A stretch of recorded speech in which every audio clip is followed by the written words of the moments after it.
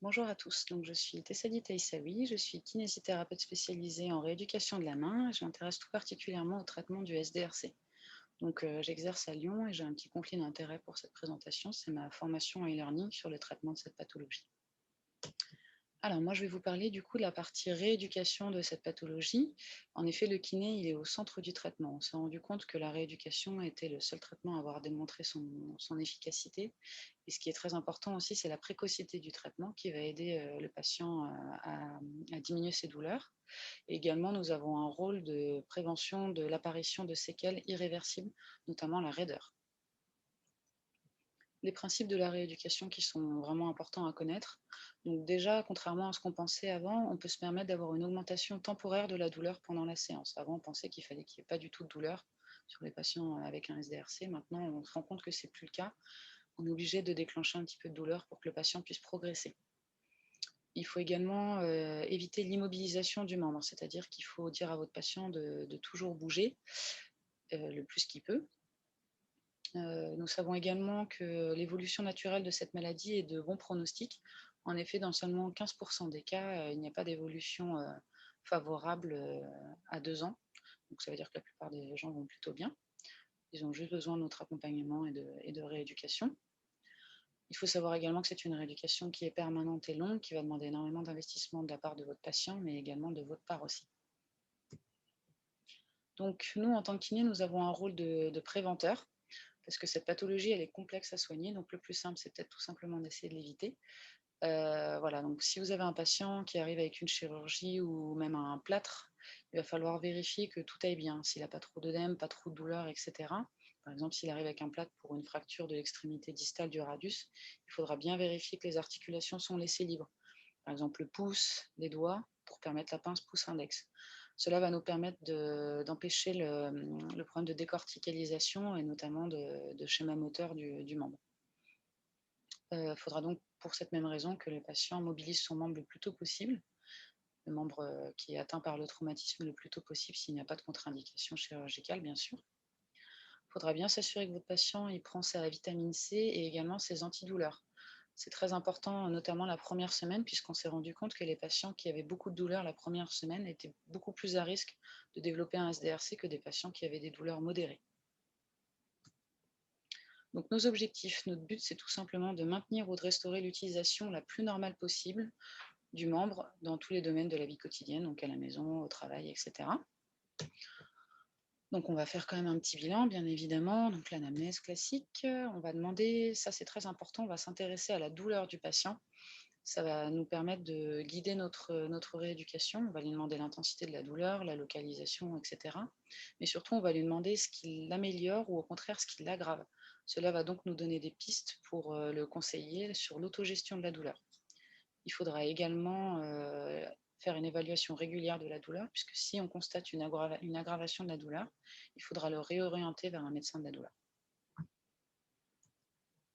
Ça, c'est mon bilan du coup pour les mesures d'amplitude articulaire. Il y a également la classification de Ravo qui nous permet de savoir un petit peu le degré de SDRC. Donc stade 1, ça va plutôt bien. Stade 2, c'est entrave dégestuelle. Et stade 3, on a une impotence fonctionnelle totale. J'aime bien utiliser également le Quick Dash, qui est un auto-questionnaire fonctionnel du membre supérieur, qui est intéressant dans cette pathologie. Donc ensuite, je vais vous parler des différents outils de traitement. Donc, je vais vous diviser cela en deux parties. Tout d'abord, le traitement périphérique, qui concerne plutôt le membre atteint. Et ensuite, le traitement donc, central, qui est plutôt de la rééducation neurologique centrale pour travailler justement le problème cortical. Cette pathologie, elle est mal connue, donc son traitement est également mal connu, puisqu'on ne connaît pas très bien encore la physiopathogénie, la pathogénie de cette maladie. Donc moi, je vais vous proposer un kit de techniques que j'utilise dans mon cabinet, mais qui n'est pas forcément démontré scientifiquement, puisque bon, on ne sait pas trop en fait pour l'instant, malheureusement. Par contre, ce dont on est sûr, c'est qu'il faut absolument aider le patient à se mouvoir. Tous les moyens sont bons. Et il faut également mettre votre patient en confiance et le rassurer. Il faut créer un partenariat avec votre patient. Donc pour la rééducation périphérique, on pourra utiliser des choses que vous connaissez tous, comme le TENS, tout simplement antidouleur, qui est un traitement simple et inoffensif. Ça peut aider à prendre un petit peu moins de médicaments, pourquoi pas. Le massage qui, du coup, doit être doux et indolore et qui va habituer le patient au contact. On peut même lui montrer un peu comment faire des automassages. La thermothérapie, le chaud, le froid en fonction de ce qui le soulage. Pour les bains écossais, c'est souvent conseillé dans le cadre de cette pathologie. Il n'y a pas d'étude qui a démontré son efficacité, sauf que si ça fait du bien à vos patients, bah, autant qu'ils le fassent. Les mobilisations, elles sont primordiales. Mais alors vraiment, s'il y a bien une technique qu'il faut faire au niveau périphérique, c'est les mobilisations, puisqu'en effet, la raideur est le symptôme résiduel le plus gênant. Donc c'est à ce moment-là qu'on a un rôle de préventeur. On va essayer de limiter justement les séquelles de raideur. Et d'autant plus que cette mobilisation, elle est nécessaire car une sous-utilisation du membre va entraîner un cercle vicieux, puisque cela va entraîner une perte de mobilité, et cette perte de mobilité va entraîner une perte de représentation corticale. Donc moi, je conseille, je fais des mobilisations bien évidemment au cabinet, en passif, en actif, et je conseille surtout de faire des automobilisations. C'est-à-dire que le patient, il doit bouger le plus souvent possible à la maison. Et pour l'aider, je lui montre des vidéos d'auto-rééducation que j'ai faites sur mon site, avec notamment une vidéo avec un bandage en enroulement. Je prends un bandage et je fais enrouler autour des doigts du patient et je lui fais garder cette posture 5 minutes. Je propose également des étirements des épicondyliens tendus comme ceci, des fléchisseurs, des extenseurs du poignet et des doigts, ainsi que des étirements des muscles intrinsèques de la main, dans cette position, par exemple, l'étirement en griffe. Vous pourrez retrouver toutes ces vidéos sur mon site si ça vous intéresse. Ensuite, bien sûr, le drainage lymphatique manuel qui doit être doux et indolore également. Cela va avoir un intérêt puisque ça va limiter la raideur et la douleur. Ensuite, je vais donc vous parler de la rééducation centrale. Donc ça, c'est très très important. C'est pareil, vous ne pouvez pas envisager une rééducation de SDRC sans proposer de rééducation centrale. Donc pour ça, pour comprendre un petit peu comment ça marche, on va parler un tout petit peu de la plasticité cérébrale. Pour rappel, c'est la capacité du cerveau à remodeler des connexions en fonction des expériences vécues par l'individu. Donc dans le cadre du SDRC, on va avoir une plasticité cérébrale dans le sens de la péjoration. C'est-à-dire qu'en fait, on va avoir une diminution de la représentation du membre lésé. En effet, la cartographie cérébrale, elle est adaptable selon les besoins. Par exemple, quand on a une main qui est amputée, le cerveau il va enlever la représentation corticale de cette main. À l'inverse, si on greffe une main, le cerveau va recréer cette aire corticale.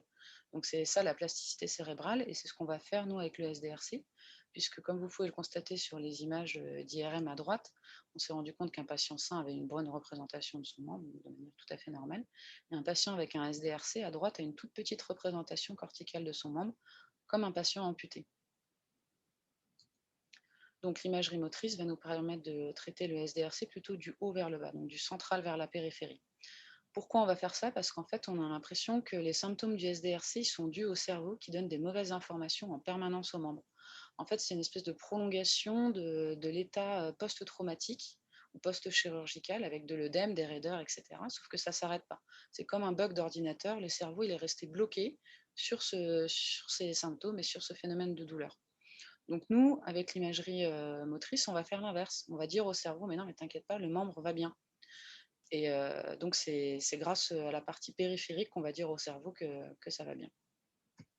Donc pour ça, on va utiliser l'imagerie motrice. Donc l'imagerie motrice, c'est la représentation mentale d'un mouvement sans mouvement corporel. Ce qui est très intéressant pour nous, puisque vu que nos patients qui ont des SDRC, ils ont très mal, ben c'est pratique de pouvoir faire travailler le cerveau sans déclencher de mouvement. Donc, on va parler par exemple de l'imagerie motrice avec le biofeedback visuel. Par exemple, le protocole de Moseley en 3 phases d'imagerie motrice, que vous connaissez peut-être déjà, avec notamment la reconnaissance de latéralité. C'est tout simplement reconnaître s'il s'agit d'une main gauche ou d'une main droite. Vous pouvez utiliser l'application Orientate qui est gratuite, qui vous permet de faire justement cette phase. Ensuite, il y a la phase de mouvement imaginé, c'est-à-dire qu'on va demander au patient d'imaginer des mouvements fonctionnels pour préparer le cerveau au mouvement. Et ensuite, on va donc passer à la thérapie miroir, la fameuse, qui va nous permettre donc de tromper le cerveau. C'est-à-dire qu'en fait, on va faire croire au cerveau que le membre, non seulement il bouge bien, mais également qu'il a un aspect qui est normal, qu'il n'est pas enflé, qu'il n'est pas rouge, qu'il n'est pas transpirant. Et donc, on espère qu'avec cette bonne vision du membre, eh ben, le cerveau il va arrêter de bugger. Donc, il faut que le patient il soit concentré dans un milieu calme et il faut que les séances soient fréquentes mais courtes parce que ça demande beaucoup de concentration. Ensuite, on va parler d'un autre biofeedback, c'est-à-dire le biofeedback proprioceptif. Et donc, on va utiliser les vibrations qui vont nous permettre de corriger la discordance entre les afférences sensorielles et motrices. Donc, les vibrations, on s'est rendu compte, par exemple, sur cette étude, avec des patients immobilisés, il y en a qui ont eu des vibrations, donc les images en haut, et un patient qui n'a pas eu de vibration, l'image en bas. On s'est rendu compte qu'on avait un bon maintien justement de l'aire motrice et de la représentation du schéma moteur au niveau du cerveau chez les patients qui avaient des vibrations, ce qui n'est pas le cas chez les patients qui n'en avaient pas. Très intéressant pour nous justement dans le SDRC. Donc comment ça marche? En fait, on va faire vibrer le tendon antagoniste au mouvement. C'est-à-dire que par exemple, si je veux obtenir une extension de coude, je vais venir faire vibrer le tendon du biceps. Par exemple, je peux faire comme sur l'image, tenir mon nez, je vais faire vibrer le tendon du biceps et quand je vais fermer les yeux, je vais avoir l'impression que mon nez il s'allonge. Je vais avoir une illusion d'extension du coude, alors que bien évidemment, il n'y a pas de mouvement. Donc c'est ça qu'on va utiliser, cette réalité virtuelle qu'on va utiliser chez les patients SDRC. Ensuite, il y a le crossing arm. C'est une technique toute simple et qui est très intéressante. Ça consiste tout simplement à croiser les bras et mettre le membre pathologique par-dessus le membre sain. Pourquoi on fait ça? Parce qu'en fait, on suppose que dans le SDRC, c'est pas que le membre qui a un problème de perception, c'est carrément tous les mi-espaces pathologiques. C'est-à-dire que les patients, c'est comme s'ils essayaient de supprimer les mi-espaces pour avoir moins mal. Donc, on croise les bras et on va essayer de faire bouger la main pathologique du côté sain. Donc, forcément, dans les mi-espaces sains, on aura un meilleur contrôle moteur et un soulagement de la douleur également. Une différence de perception parfois. Pour faire cet exercice, on peut mettre tout simplement un tape ou un strap pour délimiter la ligne médiane pour que le patient fasse bien son mouvement. Ensuite, donc l'éducation thérapeutique est pareil, c'est primordial. Il faut aider le patient avec son entourage pour qu'il puisse expliquer à son entourage l'étendue de cette pathologie. Il faut l'aider à gérer ses symptômes. Il faut également favoriser les mobilisations précoces, comme on l'a vu précédemment. Et en effet, il faut expliquer la pathologie au patient parce qu'il va forcément mieux adhérer au traitement s'il comprend ce qui lui arrive. Ça, c'est un petit tableau récapitulatif d'informations qu'on peut donner aux patients qui a été fait par la SFETD. Vous pourrez retrouver ce tableau dans l'article que j'ai mis en bibliographie. On va également proposer aux patients des thérapies permettant l'acceptation des symptômes comme l'hypnose, la sophrologie, etc. Et on va accompagner le patient. En effet, nos patients, ils souffrent énormément et ils ont besoin que le kiné soit attentif et à l'écoute, c'est très important. Il faut apporter une attention particulière à sa plainte corporelle. Des fois, ils vont avoir des symptômes vraiment bizarres, il faut qu'ils puissent vous en parler, il faut les pousser à en parler. Voilà, donc en gros, ce qu'il faut retenir, c'est qu'il y a de nombreux progrès à faire dans le traitement de cette pathologie. On sait que la précocité va vraiment aider à avoir le moins de séquelles possible. La règle de non-douleur n'est plus d'actualité. Et en pratique, ça va demander beaucoup d'investissement du kiné et du patient.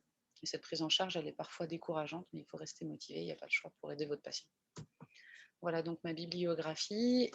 Et donc, je vous remercie de votre attention. N'hésitez pas, si vous avez des questions sur ce sujet, à m'envoyer un mail. Vous pouvez donc également regarder ma formation e-learning, qui est donc le traitement de cette pathologie plus complet. Et je laisse la parole à mon confrère Maxime, qui va vous parler des orthèses.